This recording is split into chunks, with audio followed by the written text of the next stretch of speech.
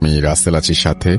আর শুরু হয়ে গেল ভূত এফএম। আপনাদের সবাইকে স্বাগত জানাচ্ছি ভূত এফএমে আজকে, এবং যারা যেখানে আছেন আশা করছি যে আজকে যে স্টোরিগুলো আছে আমাদের কাছে সেগুলো শুনে আনন্দ পাবেন, ভালো লাগবে এবং এনজয় করবেন অনেক বেশি। চলে যাই ডক্টর আলিফের কাছে আবারও। আসসালামু আলাইকুম লিসনার্স, আমি ডক্টর আলিফ। আশা করছি আপনারা সবাই ভালো আছেন, সুস্থ আছেন। ঘটনার ব্যক্তির আসল নাম আমি বলবো না। 2014 সালের কথা। তখন কেবল আমি নিজের কাজের দিকে ভালো মতো ঝুঁকেছি। আমার জীবনে তেমন কেউ নাই। এতিমখানা থেকে বড় হওয়া তো, জীবনে একজনের সাথে নিজেকে জড়িয়ে রাখি। সে হচ্ছে ইয়াসিন, আমার ভাই, বন্ধু, পরিবার। সে একাই। শিক্ষকতা করতাম আর মাঝে মাঝে টুকটাক কাজ করতাম। ওই যে আমার ছাত্রকে যে দেখছো, তখন ও আমার সাথে ছিল না। জানো তো, ওরও কেউ নেই, তাই ও আমার সাথেই থাকে। একদিন মহিলা যার নাম জিনাত, সে আমার কাছে আসে, সাথে নিয়ে আসে একটা ছবি।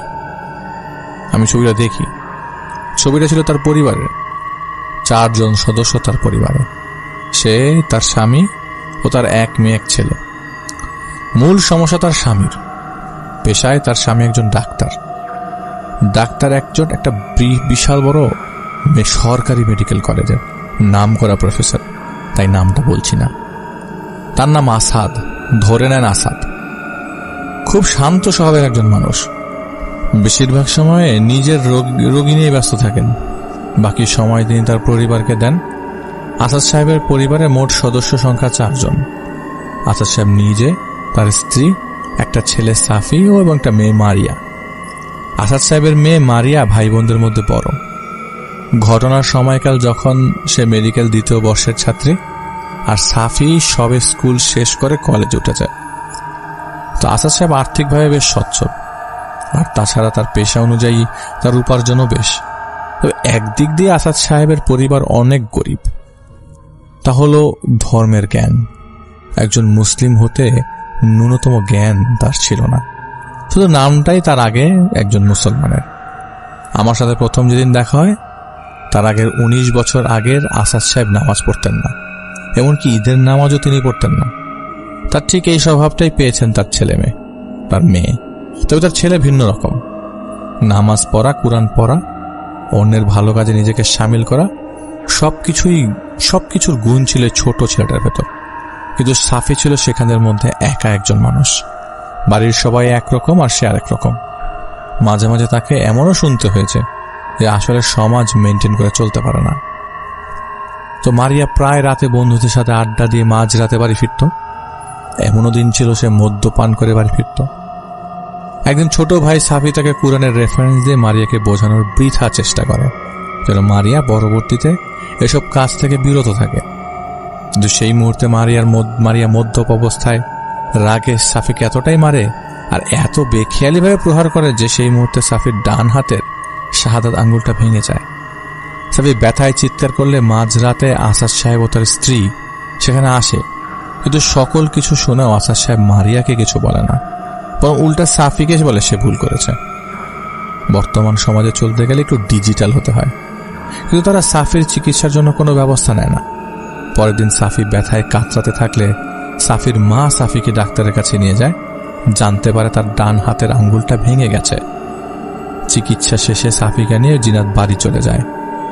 সেদিনও মারিয়া তার মধ্যরাত বন্ধুদের সাথে আড্ডা দিয়ে বাড়ি ফেরার সময় তো আজ তার গাড়ি নেই এবং রাস্তায় কোনো সিএনজিও সে পাচ্ছে না। তাই মারিয়া ভাবে হেঁটে একটু সামনে যাবে, তারপর কোনো সিএনজি নিবে। ঢাকার অভিজাত এলাকা দিয়ে মারিয়া হাঁটছে। রাস্তায় মারিয়া ছাড়া তখন আর কেউ নেই। পেছনে কিছু কুকুর একটু ভিন্নভাবে ডাকাডাকি করছিল। মারিয়া তাতে ভ্রুক্ষেপ করে না। কয়েক মিনিট হাঁটার পর হঠাৎ কেউ একজন মারিয়াকে বলে, চলো আমি তোকে বাড়ি পৌঁছে দিই। মারিয়া হঠাৎ কারো শব্দ শুনতে পেয়ে একটু আতঙ্কিত হয়ে যায়। পাশে তাকিয়ে দেখে সেখানে একজন মাঝবয়সী মহিলা তার সাথেই হাঁটছে, যার গায়ে ছিল সাপুরেদের মতো পোশাক। মারিয়া জিজ্ঞেস করে, আপনি কে? মহিলা বলল, চলো তোমাকে বাড়ি পৌঁছে দেই। মারিয়া, আরে আজব তো, নাম জিজ্ঞেস করছি, নাম বলেন। নাম নাই কেন আপনার? আর আমার বাড়ি আমি একাই যেতে পারবো, আমাকে পৌঁছে দিতে হবে না। আপনার কি চাই আমার কাছে? টাকা লাগবে? এই বলে মারিয়া ব্যাগ থেকে 50 টাকার একটা নোট বের করে সেই মহিলার দিকে হাত বাড়ায়। আর বলে, ধুর, এত মাঝরাত ফকিরগুলো যন্ত্রণা করে। মহিলা বলে, ফকির? যাক, ভালো বললি। এই কথা শুনে মারিয়া বেশ ক্ষেপে যায় আর রাগে চিৎকার করে বলে, এই ফকিন্নির বাচ্চা, তুই আমাকে তুই করে বলার সাহস কোত্থেকে পেয়েছিস? মহিলা বলে, जिस मुंह से कभी कलम नहीं आया उस मुंह से इससे अच्छी बात नहीं आ सकता। मैं खेरेप, जिसका काम अंदर की जहर को बाहर निकालना। हम तो सांपों को पकड़ लेता हूं, तू तो इंसान है। মারিয়া উর্দু বোঝে। সাপ ওই বুঝছি, তুই বাইদানি, টাকা লাগবে সেটা বল, মা যাতে নাটক করা তো দরকার নেই। এ বলে মারিয়া আবার ব্যাগ থেকে টাকা বের করে সেই মহিলাকে দিতে যাবে। হঠাৎ করে দেখে মহিলাটা সেখানে আর নেই। মারিয়া অবাক হয়ে যায়, মুহূর্তের মধ্যে যাবে কই। মারিয়া রাস্তায় দাঁড়িয়ে ডাকতে থাকে, আরে ওই বাইদানি, কোথায় গেলি? টাকা নিবেন না? টাকা নিবা না? কোনো সারা শব্দ না পেয়ে মারিয়া নিজের জন্য সিএনজি খুঁজতে আবার ব্যস্ত হয়ে যায়। কয়েক কদম যাওয়ার পর মারিয়া দেখে সেই মহিলা রাস্তার ধারে আইল্যান্ডে বসে আছে। তার হাতে লম্বা কিছু একটা দেখা যাচ্ছে। মারিয়া ভাবল তার দিকে তাকিয়ে লাভ নেই, তাকে এড়িয়ে চলে যাওয়াই ভালো। মারিয়া সেই মহিলাকে পাশ কাটিয়ে চলে যাবে, এমন সময় মহিলা ডাক দিয়ে ওঠে, এই! মহিলা বলে যে, মুझे देखकर भी ना देखने को कोशिश तेरे लिए अच्छा नहीं है। আমাকে দেখেও না দেখার ভান করাটা ঠিক না। वो दरिया का पानी इतना साफ है कि उसमें अगर कुछ खराब मिल जाए तो अच्छी तरह से दिखता है। মারিয়া বলে, কোন পাগলের পাল্লায় পড়লাম? এই তুই আমরা বিরক্ত করিস না তো, এমনি বাসায় যেতে কোনো গাড়ি পাচ্ছি না, উপর দিয়ে তোর আজব কিসিমের কথা, মাথা খারাপ করিস না। মহিলা বলল, खेरेप किसी को तकलीफ नहीं देती, खेरेप दूसरों को तकलीफ दूर करती है। मुझे देख, मेरे चेहरे पे तुझे अपने दिल का आईना दिखेगा। মারিয়া সেই মহিলার দিকে তাকায়, তাকিয়ে দেখে সেই মহিলার চেহারে একদিক থেতলানো, আর সেই খেরেপ নামক মহিলার মাথায় কোনো চুল নেই, শুধু সাপ। সাপগুলোই চুলের মতো পেঁচিয়ে আছে, এমনকি মহিলার জিহ্বার পরিবর্তে মুখ থেকে বের হয়ে আসছে সাপ, যা মারিয়াকে দেখে একটু পর পর ফোনা তুলছে। এই জিনিসগুলো দেখতে সাহস লাগে। মারিয়ার দাঁড়িয়ে থাকার সাহস নেই, এবার দিল দৌড়। সে নিজেও জানে না আসলে সে কোন দিকে দৌড়াচ্ছে। তবে বেশ কিছুক্ষণ দৌড়ানোর পর মারিয়া লক্ষ্য করে সেই মহিলাটা আর নেই, কিন্তু চারপাশ থেকে সাপের ফোনা তোলার শব্দ ভেসে আসছে। মারিয়া ভয়ে সেখানেই অজ্ঞান হয়ে মাটিতে লুটে পড়ে। প্রায় 2 দিন মারিয়া সেন্সলেস থাকে। 2 দিন পর মারিয়া নিজে পায় তার নিজের রুমে। মারিয়া চোখ খুলে দেখে তার রুমে সে শুয়ে আছে এবং তার বিছানার পাশে আছে তার মা। মারিয়া জিজ্ঞেস করে, সে রুমে কিভাবে আসলো? মারিয়ার মা জানায়, পরশু রাতে হঠাৎ একজন পুলিশ তোমার বাবাকে কল করে, সেখান থেকে জানায় তোমাকে নাকি রাস্তায় অজ্ঞান অবস্থায় পাওয়া গেছে। তখন আমরা সেখান থেকে তোমাকেই যে নিয়ে আসি, আর আসল কথা, গত 2 দিন যাবৎ তুমি অজ্ঞানী ছিলে। মারিয়া সব শুনে তার মাকে সেই রাতের সব কিছু বলে। মারিয়ার মা মনে মনে ভেবে নেয় হয়তো মারিয়া নেশার ঘরে ছিল, তাই এমনটা হ্যালুসিনেশন হওয়ার কথা। মারিয়ার মা মারিয়াকে রেস্ট করতে বলে তাকে কিছু খাইয়ে দেয়, আবারও শুয়ে পড়ে। তবে মারিয়ার এমন পরিস্থিতি দেখে সাফি বেশ ব্যথিত হয়। সে দূর থেকে তার বড় বোনকে দেখতে থাকে, কিন্তু ভয়ে মারিয়ার কাছে যায় না, কারণ সেই রাতে মারের কথা সাফি তখনও ভুলতে পারেনি। তাই সাফি আর সামনে যায়নি মারিয়ার। তো মারিয়ার এই ঘটনায় আসাদ সাহেব বেশ চিন্তিত হয়ে পড়ে, কারণ আসাদ সাহেব জানতেন মারিয়া খুব শক্ত একটা মেয়ে। এভাবে রাস্তায় লুটে পড়ে থাকবে মারিয়া মদ্যপ অবস্থায়, এটা মানতে আসাদ সাহেব বেশ নারাজি ছিল। প্রায় সময় মারিয়ার চিন্তা আসাদ সাহেবকে ভাবিয়ে তুলত। এই ঘটনার 9 দিন পর একদিন রাতে হাসপাতাল থেকে একটা ফোন আসে। একটা রোগী ইমার্জেন্সিতে হাসপাতালে ভর্তি হয়, তাই হাসপাতাল থেকে আসাদ সাহেবকে জানানো হয় যে যত দ্রুত সম্ভব সে যেন হাসপাতালে রিপোর্ট করে। আসাদ সাহেব ফোন রেখে দ্রুত বের হবে। এমন সময় পেছন থেকে মারিয়া ডেকে বলে, কোথায় যাচ্ছ বাবা? হাসপাতাল যাচ্ছি মা, কিছু বলবা? বললে তাড়াতাড়ি বলো, একটা ইমার্জেন্সি রোগী আসছে, আমার দ্রুত সেখানে উপস্থিত হতে হবে। মারিয়া বলে, এত তাড়াহুড়া করে কি লাভ? যার জন্য যাচ্ছ সে তো আর বাঁচবে না, তারপরও যাও, সে তোমার অপেক্ষায় আছে। আসাদ সাহেব বললেন, বাঁচবে না সেটা তুমি কিভাবে জানো? আর কে আমার অপেক্ষায় আছে, রোগী কি তোমার পূর্ব পরিচিত? মারিয়া বলল, दरिया जिसको अपने अंदर खींचना चाहती है उसे बचाने वाला कौन है? वो तो जहर की दरिया में डूब रही थी। मालूम है वो जहर किसका? उन सांपों का, जिसके काटने पे शरीर के एक एक हिस्सा जलते हैं। আসাদ সাহেব এক দৃষ্টিতে মারিয়ার দিকে তাকিয়ে রইল। হঠাৎ হাসপাতাল থেকে আবারও কল আসে। সেই ফোনের সাউন্ডে আসাদ সাহেব ঘোর কাটে। ওই কলের সাউন্ডে সেই মুহূর্তে আসাদ সাহেব মারিয়াকে আর কিছুই বলে না, গাড়ি নিয়ে হাসপাতালের উদ্দেশ্যে বেরিয়ে পড়ে। ড্রাইভার গাড়ি চালাচ্ছে, আসাদ সাহেব পাশের সিটে বসে মারিয়ার কথা ভাবছিল। এত বছরে মারিয়ার এমন ব্যবহার আসাদ সাহেব কখনো দেখেনি। আসাদ সাহেব লক্ষ্য করে সেই রাতে পুলিশের কল পাওয়ার পরে মারিয়াকে বাসায় আনার পর মারিয়ার ব্যবহারে অনেক পরিবর্তন এসছে। এসব ভাবতে ভাবতেই আসাদ সাহেব একটা সময় হাসপাতালে পৌঁছায়। সরাসরি রোগীর বেডে গিয়ে দেখে রোগীকে সাপ কামড় দিয়েছে। প্রাথমিক চিকিৎসা চলছে। রোগীর চেহারা তখন নীল হয়ে গেছে। আসাদ সাহেবকে দেখে সেখানে থাকা যেসব ডাক্তাররা ছিল, অ্যাটেন্ডেন্ট ডাক্তাররা সবাই আসাদ সাহেবকে জায়গা করে দেয়। আসাদ সাহেব লক্ষ্য করে ইমার্জেন্সি ওয়ার্ডে রোগী মাত্র একজন, আর কেউ নাই। ডাক্তারগুলো যেন আজ অনেকটা অপরিচিত। মনে হচ্ছে এই ডাক্তারগুলোকে তিনি এখানে আগে কখনো দেখেননি। আসাদ সাহেব সব বাদ দিয়ে রোগীর কাছে গিয়ে নার্ভ চেক করার চেষ্টা করলে রোগী তার নিজের যন্ত্রণা ভুলে আসাদ সাহেবের হাতটা জাপটে ধরে। আসাদ সাহেবের মনে হচ্ছিল সেটা হাত নয়, যেন কোনো বরফের টুকরা। লাশ যদি ফ্রিজিং ঘরে 1 মাস থাকে তাহলে যে অবস্থা হবে ঠিক সেই অবস্থা। তো অস্বস্তি বোধ করছিল আসাদ সাহেব। হাতটা সরানোর চেষ্টা করে ব্যর্থ হলে পাশে থাকা ডাক্তারের উদ্দেশ্য করে রাগী গলায় বললেন, কি দেখছেন, আমার হাতটা ছোটানোর ব্যবস্থা করেন। কিন্তু কোনো প্রতিউত্তর না এলে আসাদ সাহেব ঘুরে তাকিয়ে বলবে, এমন সময় দেখে পেছনে অনেক ডাক্তার। ছোট সেই রুমে মনে হলো কয়েকশো ডাক্তার দাঁড়িয়ে আছে, সবারই একই চেহারা। সেই চেহারা হলো রোগীর চেহারা। সবার মুখ নীল হয়ে আছে, মনে হচ্ছে সবাই বিষ খেয়েছে। আসাদ সাহেব ভয় পেয়ে যান। সেই রুম থেকে বের হওয়ার চেষ্টা করেন, কিন্তু দরজা লাগানো ছিল বাহির থেকে। একটা সময় সেখানে থাকা 2জন ডাক্তাররূপী শয়তান আসাদ সাহেবকে ধরে ফেলে। তাকে ধরে নিয়ে ইমার্জেন্সির একটা বেডে শুইয়ে দেয়। তারপর আসাদ সাহেবকে আর কয়েকজন এসে চাপ দিয়ে ধরে রাখে। এমন সময় ওই বেডে থাকা রোগীটা তার বেড ছেড়ে এসে সরাসরি আসাদ সাহেবের বুকের উপর উঠে পড়ে। আসাদ সাহেব চিৎকার করে বাঁচার চেষ্টা করে, কিন্তু তার ডাক কেউ শোনে না, কেউ সাড়া দেয় না। তার বুকের উপর বসে থাকা সেই শয়তানটা আসাদ সাহেবের বুক চিরে কিছুটা রক্ত বের করে আনে। হাতে লেগে থাকা রক্ত জিহ্বা দিয়ে চাটতে থাকে।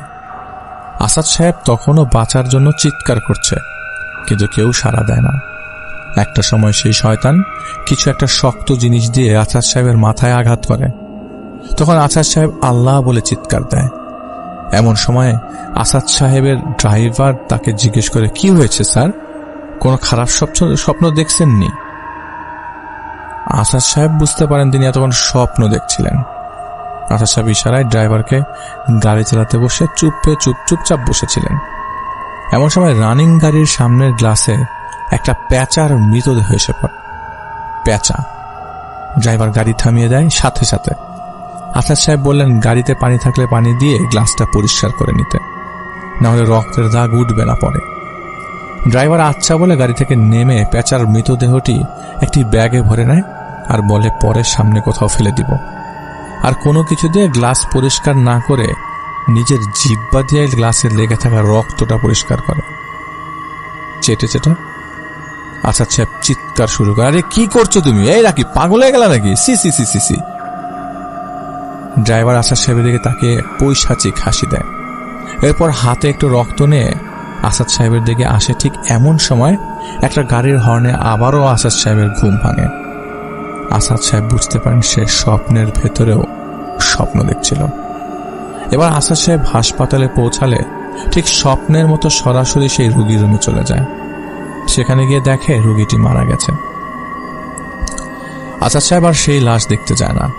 তবে হাসপাতালের নিয়ম অনুযায়ী রোগীর পরিবারকে সেই লাশ নিয়ে যেতে হলে কিছু কাগজপত্রের কাজ করতে হয়। সকল কাজ করে রোগীর পিতা যখন শেষ সিগনেচার দিতে যাবে, আসাদ সাহেবের কাছ থেকে সিগনেচার নিতে হবে। আসাদ সাহেব সেই মৃত ব্যক্তির পিতার দিকে কাঁপা কাঁপা হাতে লাশের ছাড়পত্র সাইন করে। কারণ গাড়ির মধ্যে স্বপ্নে আসাদ সাহেব রোগীর যে চেহারা দেখেছিলেন, সেই চেহারা লোকটি তার সামনে দাঁড়িয়ে নিজের ছেলের লাশের ছাড়পত্রে সাইন নিতে এসছে। লোকটির শরীর থেকে লাশ পচা গন্ধ আসছিল। একজন ডাক্তার হিসেবে আসাদ সাহেব এই গন্ধ খুব ভালো মতো চেনে। আসাদ সাহেব কাউকে কিছু না বলে সরাসরি বাসায় চলে আসে। কয়েকদিন জ্বরে পড়ে থাকে আর বিছানায় শুয়ে শুয়ে বিভিন্ন কথা বলতে থাকেন।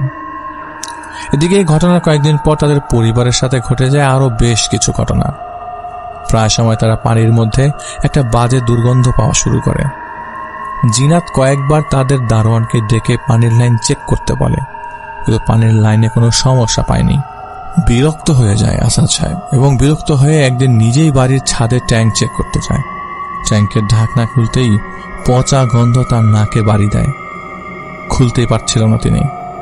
আসাদ সাহেব নাকে হাত দিয়ে ভেতরে তাকাতেই দেখে সেখানে ভেসে আসছে তার মেয়ে মারিয়ার পচা লাশ, পচা গলা লাশ, মুখটা থেতলানো। আসাদ সাহেব চিৎকার দিয়ে কান্না শুরু করে। সেই লাশ হাতের মধ্যে উঠিয়ে চিৎকার দিয়ে কাঁদতে থাকে, মারিয়া মারিয়া বলে।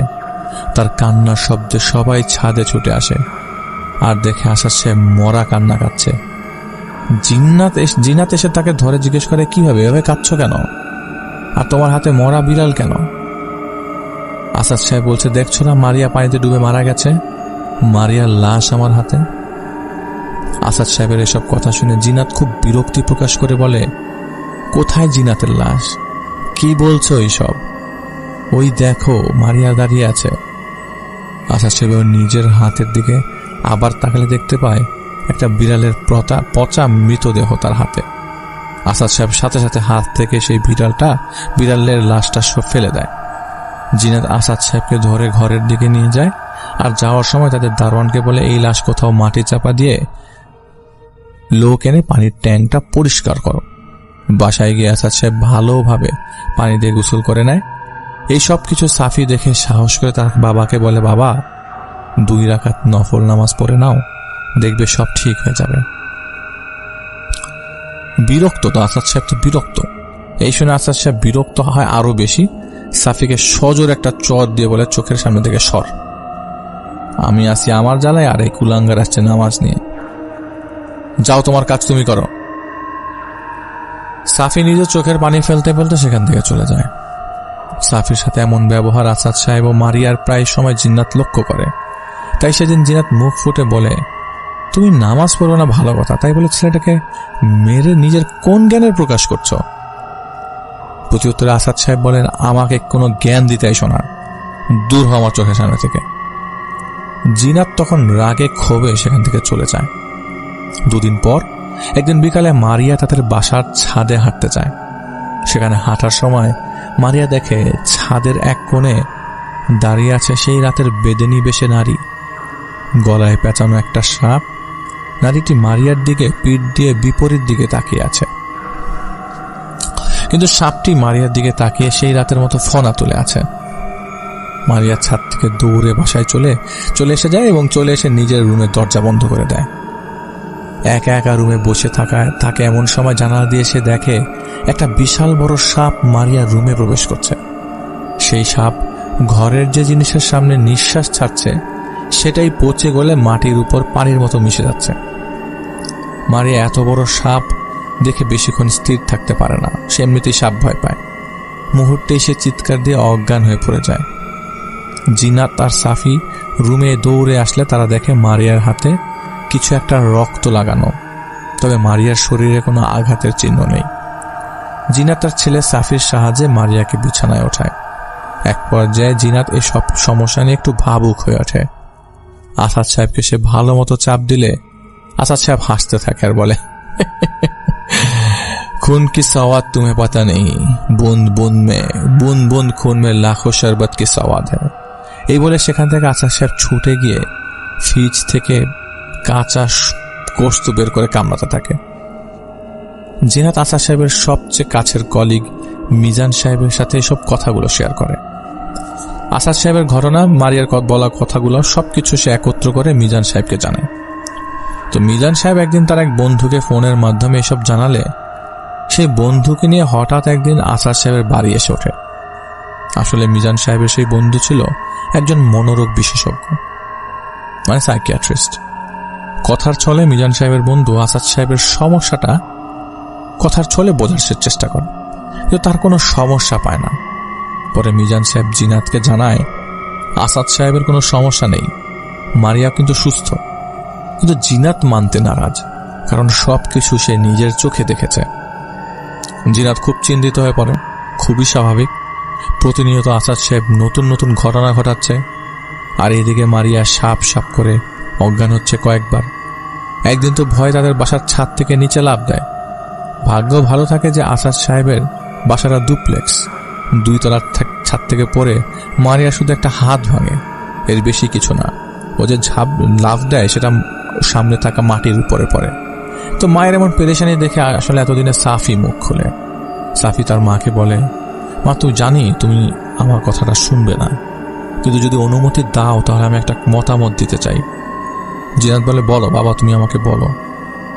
সাফি বলে, একজন হুজুর ডাকলে কেমন হয় মা? কারণ আমরা তো ডাক্তার দেখালাম, তারা বলল কোনো সমস্যাই নেই, একবার একজন হুজুর ডেকে দেখি কি হয়। জিনাত সাফির এই কথাটাই সায় দেয়। সে সাফিকেই দায়িত্ব দেয় একজন ভালো হুজুর ডেকে আনা। সাফি যে মসজিদে সবসময় নামাজ পড়তো, সেই মসজিদের ইমাম সাহেবের সাথে কথা বলে। ইমাম সাহেব একজন হুজুরের ঠিকানা দেয়। সাফি সেই হুজুরের কাছে যায়।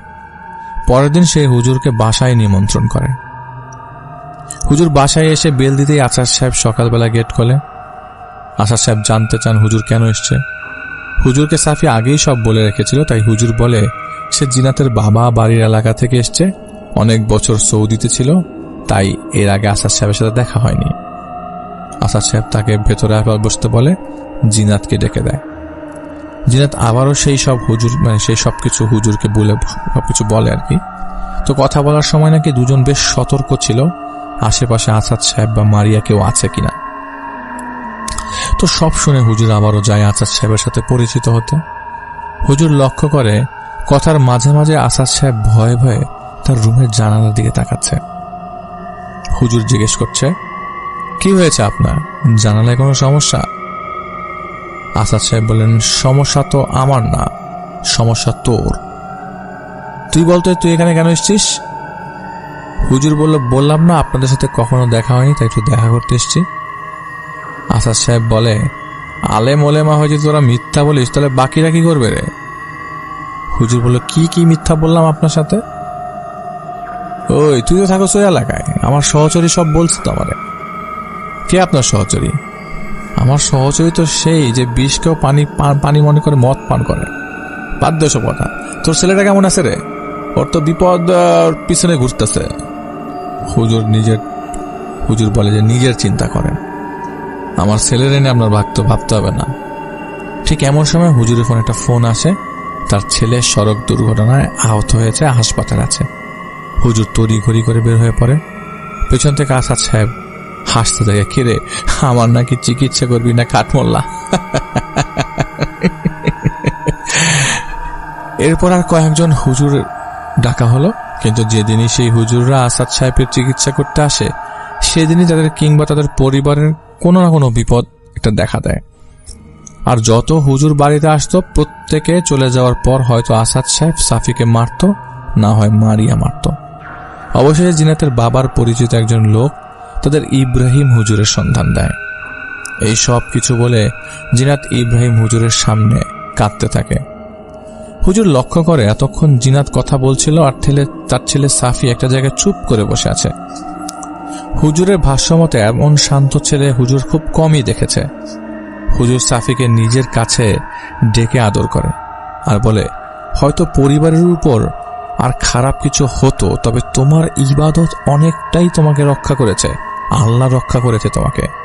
তুমি ধৈর্যের পরিচয় দিয়েছ, নিশ্চয়ই আল্লাহ উপযুক্ত পুরস্কার তোমাকে দিবে। আপনারা একটা কাজ করুন, আপনারা চলে যান বাসায়, আমি আগামী সপ্তাহে আপনাদের বাসায় যাব। তো তারা চলে যাওয়ার সময় ইব্রাহিম হুজুর লক্ষ্য করে যে ইয়াসিন সাফিরের দিকে এক পলকে তাকিয়ে আছে। হুজুর ইয়াসিনকে জিজ্ঞেস করে, ইয়াসিন কিছু বুঝলে? ইয়াসিন বলল যে ইব্রাহিম, কিছু কাজ হাতে নেওয়ার আগে ভেবে দেখা উচিত। এখানে আমরা যা শুনছি তা সম্পূর্ণ সত্যি নয়, প্রতিটা কথায় কিছু না কিছু লুকিয়ে আছে। তুমি অপেক্ষা করো, আমি জেনে আসি।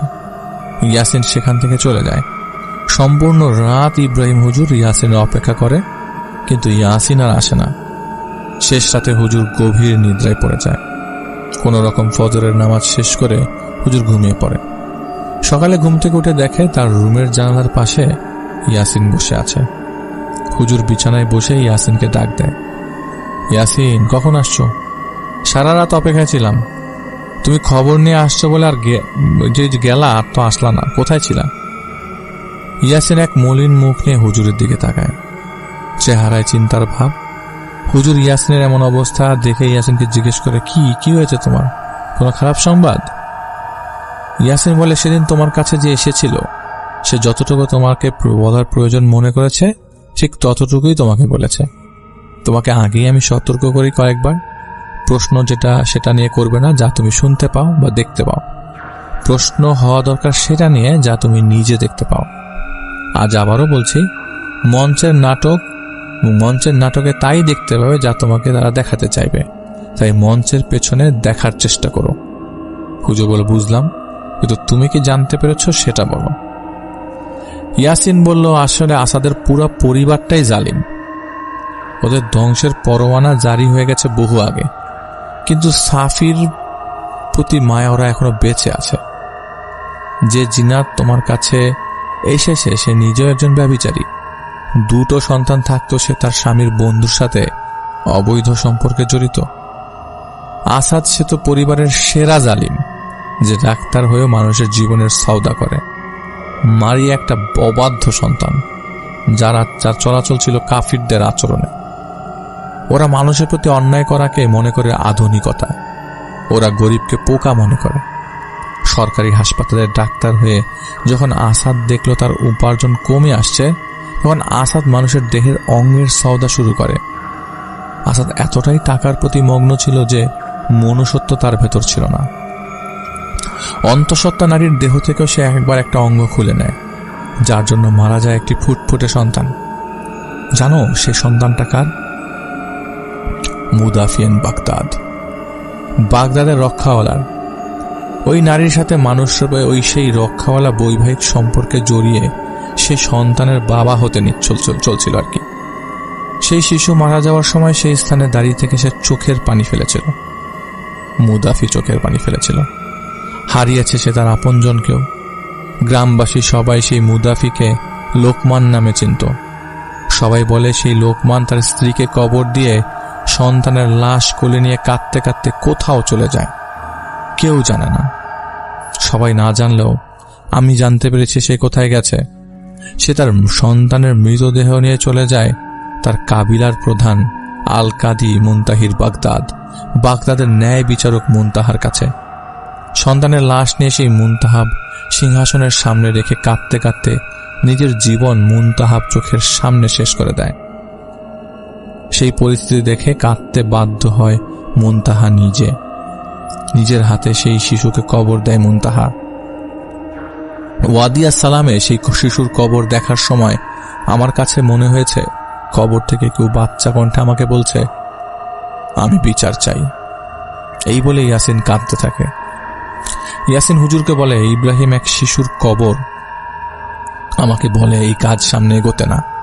এক মুমিন বান্দার ইবাদত দেখে মন বলে কাজটি করতে। আমি যাব তোমার সাথে, শুধু সাফি নামক ছেলেটার জন্য। তবে মনে রাখো, কোনো হুমকি বা কথায় তাকে তাড়াতে পারবে না। তার কাছে মাফ চেয়ে তাকে সরাতে হবে সেখান থেকে। কারণ সে যদি নিজ ইচ্ছায় যায় তাহলে পরিবারের ক্ষতি কম হবে, আর যদি তাকে তাড়াতে চাও তাহলে সাফি ছাড়া সেই পরিবারের সকলের জীবন সে শেষ করে দেবে। হুজুর ইয়াসিনের মনের অবস্থা বুঝতে পারে, কিছু বলে না সেই মুহূর্তে। সপ্তাহখানেক পর ইব্রাহিম হুজুর সেই বাসায় যায়। হুজুরের বাড়িতে ঢোকার পরপরই মারিয়া ড্রয়িং রুমে দাঁড়িয়ে অকথ্য ভাষায় গালাগাল শুরু করে দেয়। হুজুর কিছুটা দোয়া পড়ে আর সারা ঘর ভালো মতো দেখতে থাকে। আসাদ সাহেবের সামনে পড়ার পরপরই আসাদ সাহেব বলে, এখানে কি? হুজুর বলে, কোনো ভনিতা হবে না, আপনি কে আর কেন ওই পরিবারটিকে কষ্ট দিচ্ছেন?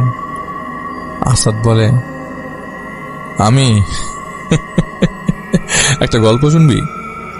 হুজুর বলে, আপনার সব কথা শুনবো, আগে বলেন আপনি কে? আসাদ সাহেব বলে, আনা কাদি বাগদাদ, বাগদাদের ন্যায় বিচারক। হুজুর বলে, বিচার করার আপনি কে? বিচার করবে আল্লাহ। মানুষ জিন সকলের বিচারের মালিক একমাত্র আল্লাহ, ক্ষমতাও তার। এক শহরে এক জাতি বাস করত। তারা সবসময় ব্যভিচারে লিপ্ত থাকত। মরা লাশগুলো কবর দিত না, নিজেদের খোরাক বানাতো, নিজেরা মানুষের গোস্ত খেত। সেই শহরে একজন ইমাম ছিল।